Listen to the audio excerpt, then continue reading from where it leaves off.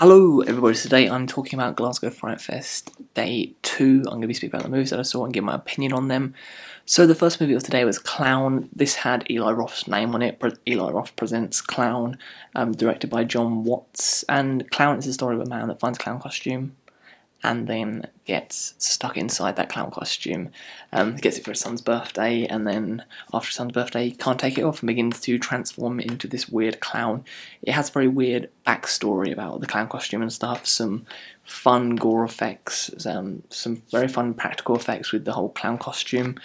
It's a fun movie, but there's one part where I thought it was going to get really crazy and they could have done so much with one scene, but it didn't do what it could have done. But Clown is still a pretty fun movie, and one of the better clown movies that we've had over the years, and one of the best clown movies I think now.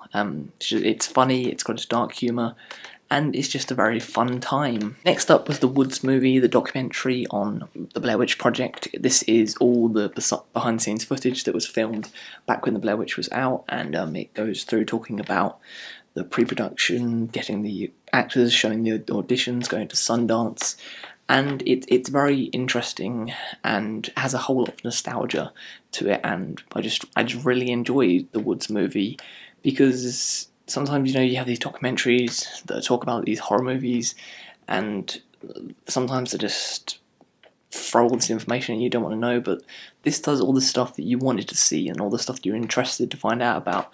And it was just interesting to see all the development of the movie and how they got it released, and all the test screenings and all those type of things of how this movie was, how the Blair Witch Project was 2 hours and a half at one point, which is crazy. But yeah, it's a very fun documentary, and if you like the Blair Witch Project, then I suggest you check this out. Next one is The Treatment. The Treatment has a weird paedophilia story in it. It's got some little disturbing moments. It had a whole lot of potential. It had an interesting opening. It was intriguing, and then it has an incredibly underwhelming ending that I was just really let down by. I'm not saying it's a bad movie. It is a good movie, but its ending just let it down. Next up was Rec 4. Now, I'm a big fan of the Rec movies. I love 1 and 2. 3, I enjoyed it. I just thought it was a bit of fun. It was more comedy. It didn't take itself completely serious, and it was just a bit of fun. Rec 4, this apparently is the final film in the franchise, and it's not a good way to end the franchise. It's really ridiculous this time. It twists the whole virus around, gives it a different thing that it does, and it's not the virus that we have known from the other movies. It does something completely different and works in a completely different way, and just has plot holes there. This is set, well, it opens with being in the building from Rec 1 and 2, it's set straight after Rec 2, and I was just like, they should have done a lot more in the building from Rec 2, and it's all set on a ship. There is some good moments, there is some fun gore parts, but in the end it's just not really a very great movie, and it's a shame because this franchise started out incredible and then just ended up with this, the final movie. It has an ending that opens up for a 5, but I just hope that they just leave it here and just don't do any more. Next up was There Are Monsters, the closing movie of Glasgow Frightfest.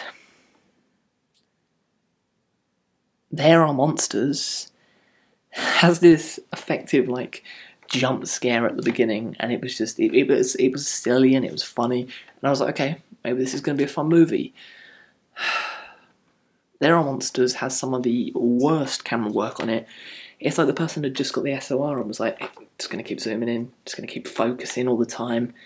It's not steady, it's just all shaking all over the place. It keeps zooming into, every single time it goes into a character, it will zoom into them really quickly, and it just looks really horrible, and it's got these laughably bad effects on these people, the monsters in the movie, and it's just a ridiculous movie, and you could tell that the person had edited this on Final Cut Pro X. Now, Final Cut Pro X is good editing in my opinion. You can edit a movie on it, and I know there's movies that have been edited on it, but this goes ahead and uses a noise from Final Cut Pro X, the dinosaur noise. The noise is called T-Rex on Final Cut Pro X, and it's like this just roaring dinosaur, and they used it in the movie to make it sound like it was these monsters in the movie, and it was horrible. There Are Monsters wasn't a good closing to the festival, but I still really enjoy Glasgow Frightfest. Glasgow Frightfest, this is my 3rd year coming to it, and I just had a whole lot of fun. I love coming here. Even if we do have some bad movies, there's still some really great gems there, and the crowd is kind and friendly, and I just really enjoy going to Frightfest, and I would definitely be coming to Glasgow Frightfest again next year. So that's my opinion on the movies of Glasgow Frightfest Day 2. If you're a Glasgow Frightfest, say down in the comments below what was your favourite movie of the whole weekend. I think for me, it's Wormwood or The Asylum. Yeah, The Asylum really surprised me. But yeah, that is my video for today. Thank you very much, and I shall see you again very soon. Goodbye.